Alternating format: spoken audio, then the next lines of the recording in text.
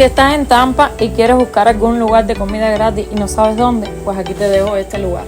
Aquí les enseño todo lo que dieron, que está muy bueno, nada vencido y todo está en perfecto estado. Les voy a dejar la dirección escrita aquí en el video. No tienes que bajarte del carro, simplemente te piden tu ID y abres el maletero del carro y ahí te ponen todo.